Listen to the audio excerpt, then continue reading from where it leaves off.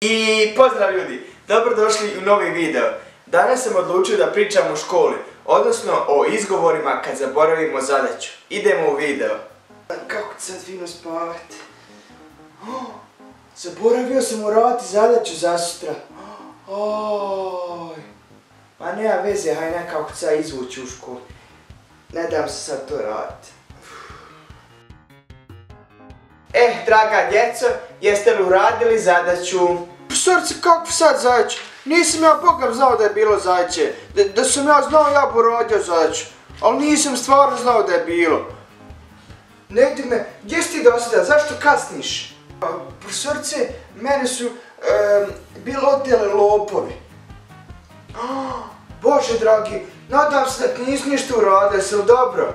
Pa srećno profesorice, nisu on meni ništa uradili, uzeo sam mi samo domaću zadaću. Profesorice, ja nisam uradio zadaću, pišite tamo slobodno jedan, ne zanima me uopšte. Ko da je meni zadaća bitna, imam ja pametnije stvari kod kuće raditi. Napišite vi slobodno jedan. Ja sam uradio zadaću, ali ostala mi je sveska kod kuće, tam kako sam sinoć pisao, zaboravio sam ponijeti, ja zovem sljedeći čas. Profesorice, nećete vjerovati šta je bilo. Sinoć otvorim ja svjesku da napišem zadaću, kad u svjesci dlaka. Profesorice, ispovrćao sam džigere svoje. Ja sam na kraju završio u hitnoj, morao sam tamo noćiti, evo jutro sam jedva došao u školu, profesorice, a uradit ću ja sljedeći put zadaću.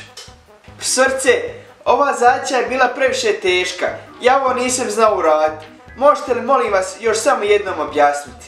I to bi bilo to za danas. Nadam se da ste uživali u videu. Ako jeste, opalite like i pišite dole u komentare koje ste vi izgovore koristili kad ste zaboravili zadaću. A mi se vidimo u sljedećem videu.